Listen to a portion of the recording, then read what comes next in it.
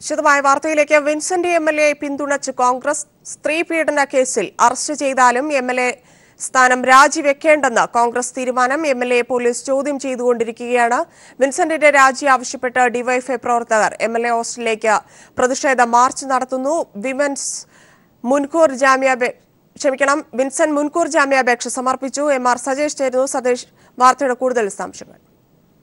ധന്യ, 12:40 ആരംഭിച്ച ചോദ്യം ചെയ്യൽ ഇപ്പോഴും തുടരുകയാണ്. നെയ്യാറ്റിൻകര ഡിവൈഎസ്പി ഹരികുമാറിന്റെ നേതൃത്വത്തിലാണ് ചോദ്യം ചെയ്യൽ നടക്കുന്നത്.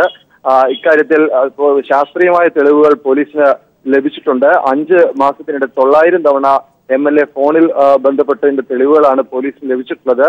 ഫോൺ കോൾ വിശദാംശങ്ങൾ അടിസ്ഥാനമാക്കിയാണ് എം.എൽ.എ ചോദ്യം ചെയ്യുന്നതും.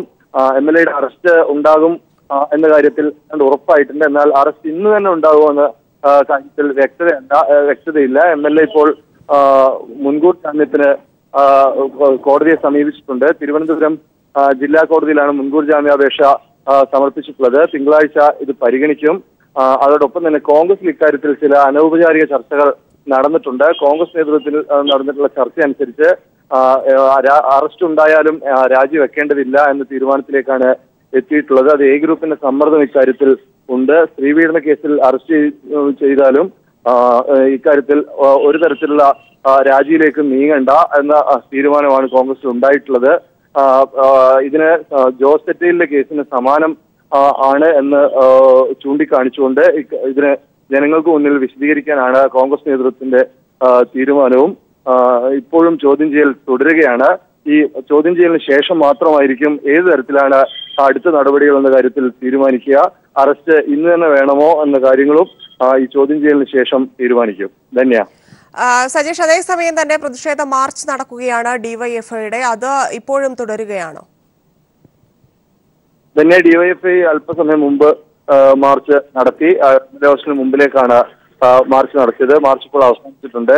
വിൻസെന്റ് എം.എൽ.എ അറസ്റ്റ് ചെയ്യുക, എം.എൽ.എ രാജിവെക്കുക എന്ന ആവശ്യം LDFന്റെ ജില്ലാ കമ്മിറ്റി ഇന്ന് തീരുമാനമെടുത്തിരുന്നു. അതിന്റെ കൂടി അടിസ്ഥാനത്തിലാണ് ഡിവൈഎഫ്ഐ മാർച്ച് നടന്നത്. ധന്യ.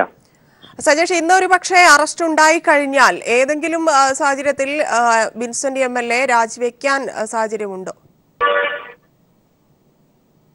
ധന്യ, അറസ്റ്റ് ഉണ്ടായാലും രാജി വെക്കില്ല. അക്കാര്യത്തിൽ കോൺഗ്രസിൽ തീരുമാനമായിട്ടുണ്ട്. ഞാൻ നേരത്തെ സൂചിപ്പിച്ചതുപോലെ ജോസ് തെറ്റയിൽ എം.എൽ.എ സ്ഥാനത്തിരുന്നപ്പോഴുണ്ടായ കേസ് പോലെ ആണ് എന്ന വിശദീകരണമാണ് ഇക്കാര്യത്തിൽ കോൺഗ്രസ് നേതൃത്വം ജനങ്ങൾക്ക് മുമ്പിൽ വയ്ക്കുക. എന്നാൽ അന്ന് ജോസ് തെറ്റയിലെ കാര്യത്തിൽ നമുക്കറിയാവുന്നതാണ്. ജോസ് തെറ്റയിലിനെതിരെ ഉപജാപം നടന്നതായി അന്ന് പോലീസിന് വ്യക്തമായ സൂചനയുണ്ടായിരുന്നു. ജോസ് തെറ്റയിൽ ഹൈക്കോടതിയിൽ നിന്ന് മുൻകൂർ ജാമ്യം ഉൾപ്പെടെ തേടിയിരുന്നു. സമാനമായ സാഹചര്യങ്ങളൊന്നും ഇപ്പോൾ വിൻസെന്റിന്റെ കയ്യിലില്ല. എന്നാലും രാജി വേണ്ട എന്ന തീരുമാനത്തിലേക്ക് കോൺഗ്രസ് നേതൃത്വം എത്തിയിട്ടുണ്ട്. ഷാനിമോൾ ഉസ്മാൻ, ബിന്ദുകൃഷ്ണ തുടങ്ങിയ വനിതാ നേതാക്കൾ രാജി ആവശ്യപ്പെട്ടിട്ടുണ്ടെങ്കിലും അക്കാര്യം നേതൃത്വം ഗൗരവത്തിൽ എടുക്കുന്നില്ല. ഇന്ന് നേതാക്കൾ ആരും തിരുവനന്തപുരത്തില്ല. KPC president MM Hasan, Oommen Chandy, Ramesh Chennithala തുടങ്ങിയവർ ഇക്കാര്യത്തിൽ ഫോണിൽ അനൗപചാരികമായി സംസാരിച്ചിട്ടുണ്ട്. അതിന്റെ അടിസ്ഥാനത്തിലാണ് രാജി വേണ്ടെന്ന തീരുമാനത്തിലേക്ക് എത്തിയിട്ടുള്ളത്. ധന്യ. ശരി, വിൻസെന്റ് എം.എൽ.എ രാജിവെക്കേണ്ട സാഹചര്യമില്ലെന്ന് കോൺഗ്രസ് അറിയിച്ചിരിക്കുന്നു. ഇപ്പോഴും ചോദ്യം ചെയ്യൽ തുടരുകയാണ്. ചിലപ്പോൾ ഇന്ന് അറസ്റ്റ് ഉണ്ടായേക്കും. എം.ആർ. സജേഷാണ് വിശദാംശങ്ങൾ നൽകിയത്. മെഡിക്കൽ കോളേജ് കോഴ വിവാദത്തിന് തൊട്ടു പിന്നാലെ ചേർന്ന BJP കോർ കമ്മിറ്റി പൂർത്തിയായി. യോഗത്തിൽ വൻ പൊട്ടിത്തെറി. അന്വേഷണ റിപ്പോർട്ട് ചോർന്നതിന് പിന്നിൽ V. മുരളീധര പക്ഷത്തെ ഒരു നേതാവിന് പങ്കുണ്ടെന്ന് MT രമേശ്. BJP സംസ്ഥാന സെക്രട്ടറിയായ ഈ നേതാവ് AK നസീറിന്റെ ഹോട്ടലിൽ വെച്ചാണ് റിപ്പോർട്ട് ചോർത്തി നൽകിയതെന്നും MT രമേശ്. റിപ്പോർട്ട് ചോർന്ന സാഹചര്യത്തിൽ കുമ്മനത്തിന് തുടരാൻ അവകാശമില്ലെന്നും മുരളീധര വിഭാഗം നിലപാടെടുത്തു. വാദപ്രതിവാദം രൂക്ഷമായതോടെ വിവാദത്തിന് പിന്നിൽ എത്ര ഉന്നതനായാലും തല ഉരുളുമെന്ന് കേന്ദ്ര നേതൃത്വം മുന്നറിയിപ്പ് നൽകി. വിഭാഗീയത അവസാനിപ്പിച്ചില്ലെങ്കിൽ സംസ്ഥാന ഘടകം വരെ പിരിച്ചുവിടേണ്ടി വരുമെന്ന് കേന്ദ്ര നേതൃത്വത്തെ പ്രതിനിധീകരിച്ച് BL സന്തോഷ് വ്യക്തമാക്കി. സുനിൽ അരിമാനൂർ ചേരുന്നു. സുനിൽ, ഇപ്പോഴും സംസ്ഥാന കമ്മിറ്റി തുടരുകയാണോ? വിശദാംശങ്ങൾ. സംസ്ഥാന കമ്മിറ്റി യോഗത്തിൽ MT രമേശ് പൊട്ടിക്കരയുന്ന കാഴ്ചയാണ് ഉണ്ടായിരിക്കുന്നത്. കാരണം ഈ സംസ്ഥാന കമ്മിറ്റി യോഗത്തിലും ഈ വിഷയത്തിൽ പ്രധാനമായി വന്ന ഒരു ആക്ഷേപം MT രമേശിനെതിരെ തന്നെയാണ്. ഇത്തരത്തിൽ ആരോപണ വിധേയനായ MT രമേശിനെതിരെ എന്തുകൊണ്ട് നടപടി സ്വീകരിക്കാൻ കോർ കമ്മിറ്റി തയ്യാറായിട്ടില്ല എന്നാണ് സംസ്ഥാന കമ്മിറ്റി യോഗത്തിനകത്ത് വിമർശനം വന്നത്. സംസ്ഥാന ഭാരവാഹികളുടെയും ജില്ലാ ഭാരവാഹികളുടെയും യോഗമാണ് ഇപ്പോൾ പുരോഗമിക്കുന്നത്.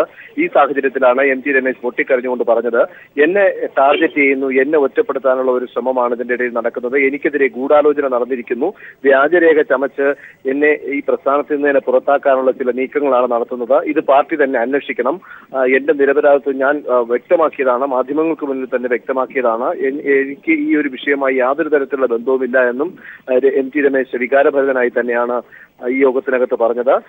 ഇപ്പോഴും ഈ വിഷയത്തിൽ ചർച്ച തുടരുകയാണ്. കാരണം ഇത് പാർട്ടിക്ക് കളങ്കമുണ്ടാക്കി എന്നുള്ള തരത്തിൽ തന്നെയാണ് സംസ്ഥാന യോഗത്തിനകത്ത് നേതാക്കൾ വിമർശനം ഉന്നയിച്ചിരിക്കുന്നത്.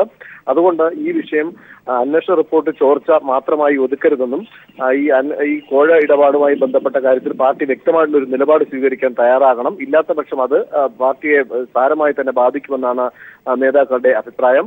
കൃത്യമായ രീതിയിൽ MT രമേശിനെ ടാർഗറ്റ് ചെയ്ത് തന്നെയാണ് സംസ്ഥാന കമ്മിറ്റി യോഗത്തിലും വിമർശനങ്ങൾ വന്നിട്ടുള്ളത്. ഇതിനകത്ത് ഒരു ജില്ലയിൽ നിന്നുള്ള പ്രതിനിധിയാണ് കുമ്മനം രാജശേഖരനെ കുറ്റപ്പെടുത്തിക്കൊണ്ട് സംസാരിച്ചത്. കുമ്മനം രാജശേഖരന്റെ കയ്യിൽ കിട്ടിയ റിപ്പോർട്ട് എങ്ങനെയാണ് ചോർന്നതെന്ന് നിരുത്തരവാദിതപരമായി ഒരു സമീപനം പറയരുത്. ഇതിനകത്ത് കൃത്യമായി തന്നെ കാര്യങ്ങൾ അവതരിപ്പിക്കണം. ഒരു വ്യക്തിയിൽ മാത്രം കേന്ദ്രീകരിച്ച് ഈ റിപ്പോർട്ട് ചോരുകയില്ല എന്നുള്ളൊരു സമീപനമാണ് നേതാക്കൾ സ്വീകരിച്ചത്. ഏതായാലും സംസ്ഥാന നേതൃയോഗത്തിലും വലിയ രീതിയിലുള്ള വിമർശനമാണ് വരുന്നത്. അതുകൊണ്ട് തന്നെയാണ് MT രമേശ് പൊട്ടിക്കരയുന്ന ഒരു സാഹചര്യം സംസ്ഥാന കമ്മിറ്റി യോഗത്തിനകത്തുണ്ടായത്.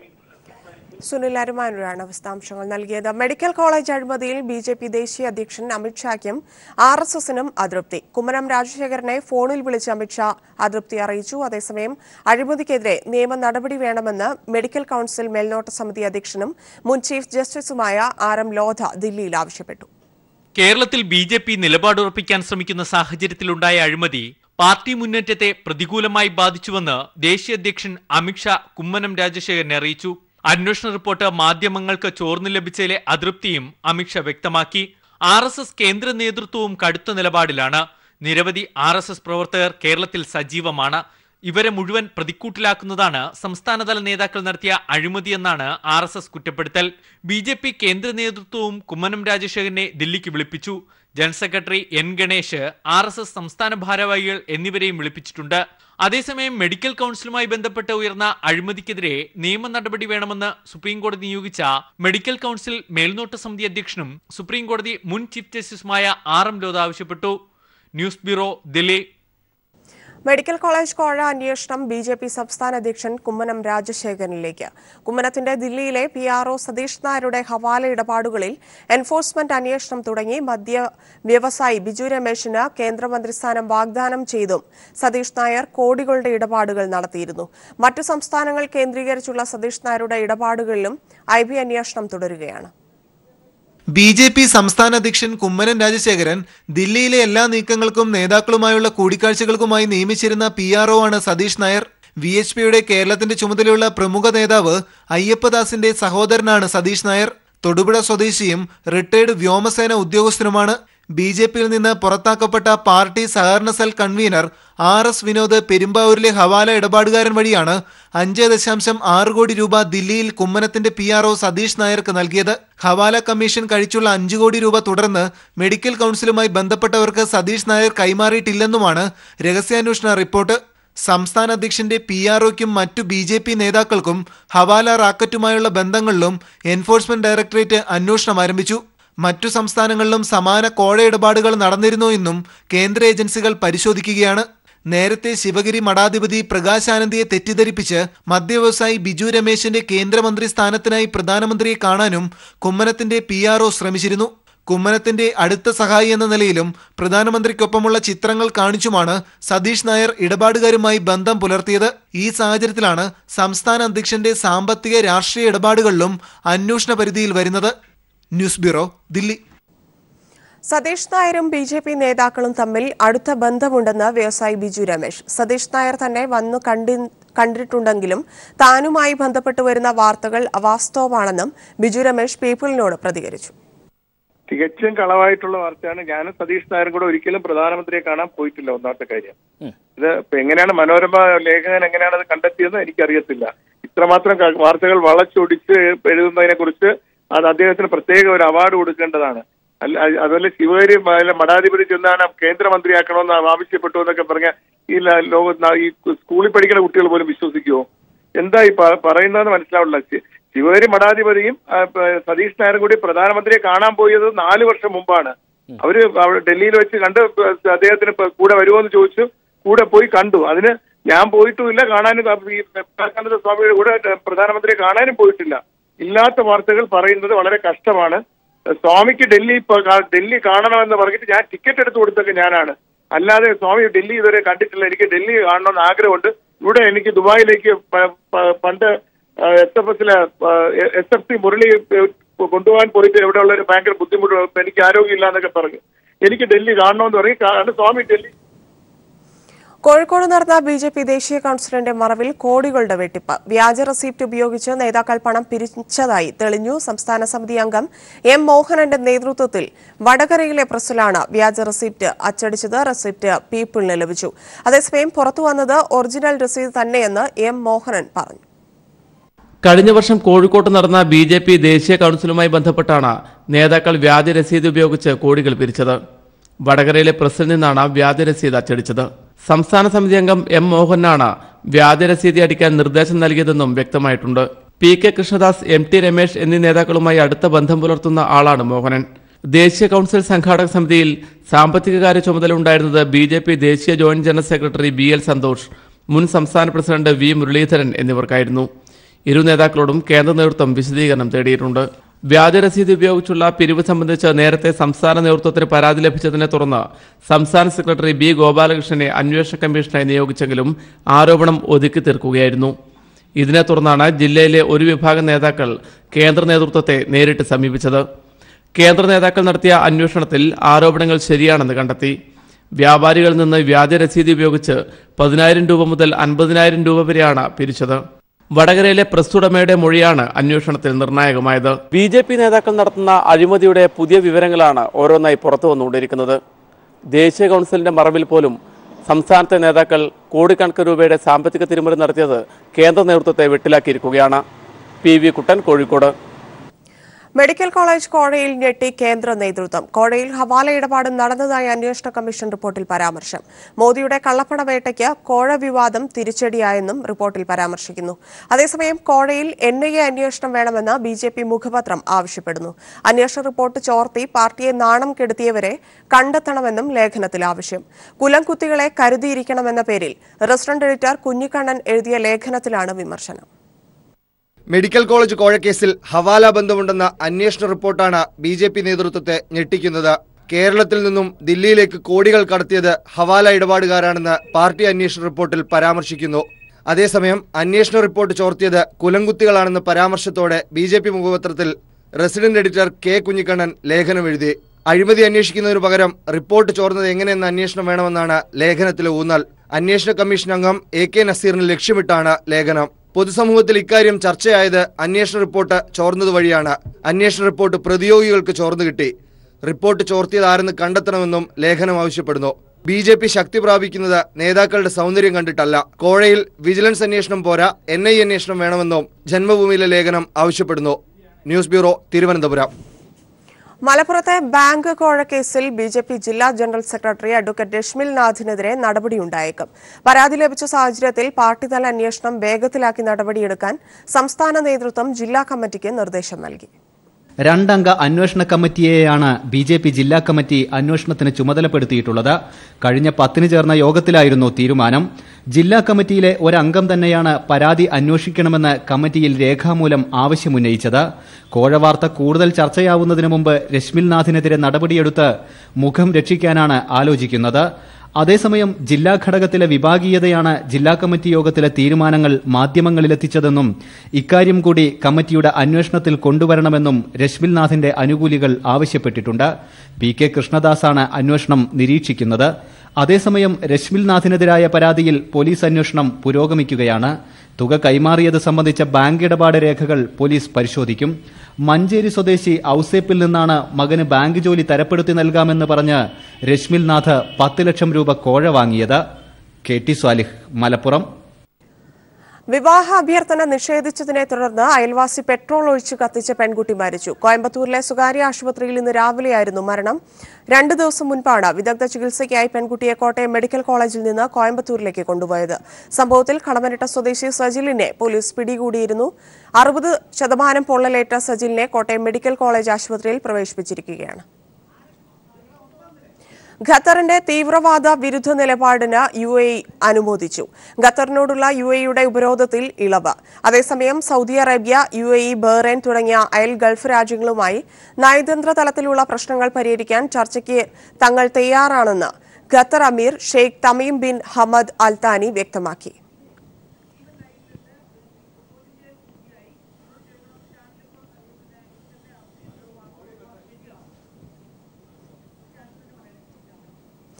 എം വിൻസെന്റ് MLAയുടെ ചോദ്യം ചെയ്യൽ പൂർത്തിയായിരിക്കുന്നു. ജീവൻ കുമാർ ടെലിഫോണിൽ ചേരുന്നു. ജീവൻ, ഇപ്പോൾ വിൻസെന്റ് MLAയെ അറസ്റ്റ് ചെയ്തു എന്നുള്ള രീതിയിൽ ഒരു ചാനലിൽ വാർത്ത വരുന്നുണ്ട്, ശരിയാണോ?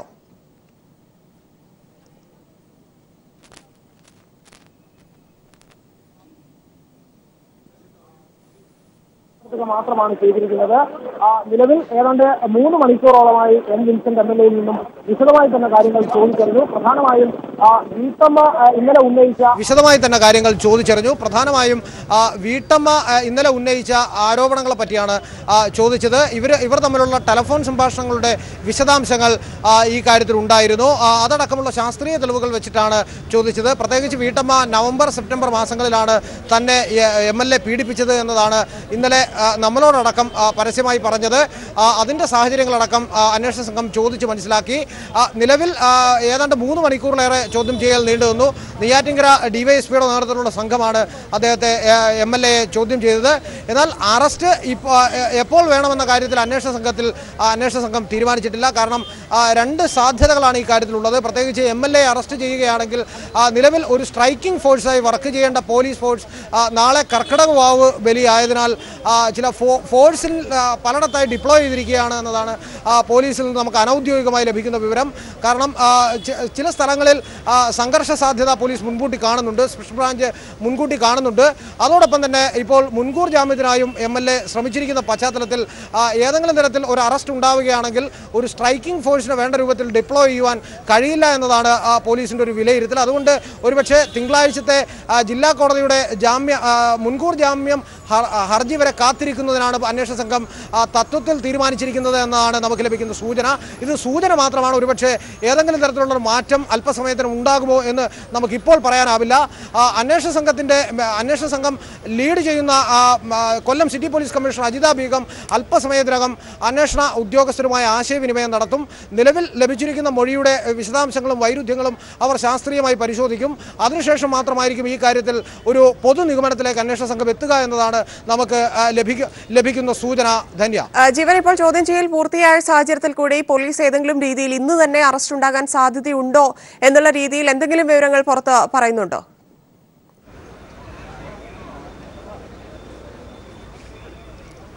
തന്നെ അതാണ് ഞാൻ സൂചിപ്പിച്ചത്. ഏതെങ്കിലും തരത്തിൽ ഒരു അറസ്റ്റിനുള്ള സാധ്യത ഈ ഘട്ടത്തിൽ ഇപ്പോൾ നമുക്ക് സ്ഥിരീകരിച്ച് പറയാനാവുന്നില്ല. കാരണം നിലവിൽ MLAയുടെ മൊഴിയെടുക്കുകയും ആ മൊഴിയുടെ വിശദാംശങ്ങൾ ഒരിക്കൽ കൂടി പരിശോധിക്കുകയും ചെയ്യണം എന്നതാണ് അന്വേഷണ സംഘത്തിൻ്റെ പൊതുവിലയിരുത്തൽ. പ്രത്യേകിച്ച് അന്വേഷണ സംഘത്തിൻ്റെ ലീഡ് ചെയ്യുന്ന SP കമ്മീഷണർ അജിത ബീഗവുമായി ഈ കാര്യത്തിൽ മൊഴിയെടുത്ത DYSP ഹരിദാസിന് ഈ കാര്യത്തിൽ ആശയവിനിമയം നടത്തേണ്ടതുണ്ട്. തുടർന്ന് അതിനുശേഷമായിരിക്കും മൊഴികളിൽ ലഭിച്ചിരുന്ന വൈരുദ്ധ്യങ്ങൾ അവ പരിശോധിക്കേണ്ടതുണ്ട്. ശാസ്ത്രീയമായ തെളിവുകൾ ഒരിക്കൽ കൂടി അപഗ്രഥിക്കേണ്ടതുണ്ട്. അതോടൊപ്പം ഈ പീഡനം നടന്നു എന്ന് പറയുന്ന സംഭവ സ്ഥലം, തീയതി എന്നിവ ഒരിക്കൽ കൂടി പോലീസിന് ഉറപ്പിക്കേണ്ടതുണ്ട്. ഇവയടക്കമുള്ള കാര്യങ്ങൾ സ്ഥിരീകരിച്ചതിന് ശേഷമായിരിക്കും അറസ്റ്റിലേക്ക് നീങ്ങുക എന്നതാണ് നമുക്കറിയാൻ കഴിയുന്നത്. അഥവാ അറസ്റ്റ് വേണ്ടി വരികയാണെങ്കിൽ അറസ്റ്റിന് ആവശ്യമായ പോലീസ് ഫോഴ്സ് അത് ഈ ഘട്ടത്തിൽ, പ്രത്യേകിച്ച് നാളെ കർക്കിടക വാവ് ബലി നിൽക്കുന്ന ഒരു പശ്ചാത്തലത്തിൽ കുറച്ചുകൂടി ഫോഴ്സിനെ ഈ കാര്യത്തിൽ ആവശ്യമുണ്ട് എന്നതാണ് പോലീസിന്റെ വിലയിരുത്തൽ. കാരണം MLA പോലെ ഉന്നത സ്വാധീനമുള്ള ഒരു വ്യക്തിയെ അറസ്റ്റ് ചെയ്യുന്നതിന് മുമ്പായി എല്ലാ സുരക്ഷാ ക്രമീകരണങ്ങളും ഒരുക്കേണ്ടതുണ്ട്. എന്തായാലും ബലാത്സംഗ കേസിൽ പ്രതി ചേർക്കപ്പെട്ടിരിക്കുന്ന MLA അറസ്റ്റ് ചെയ്യുമെന്നുള്ള കാര്യം ഉറപ്പാണ്. ആ കാര്യത്തിൽ യാതൊരു തർക്കവുമില്ല.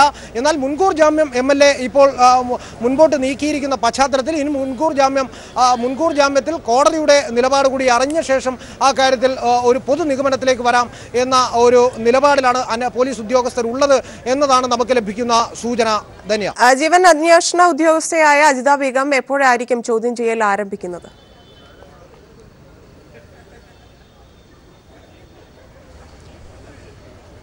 ധന്യ, ചോദ്യം ചെയ്യൽ അവസാനിച്ചു കഴിഞ്ഞു. ഇനി അജിത ബീഗം ഇവിടെ എത്തേണ്ട കാര്യമില്ല.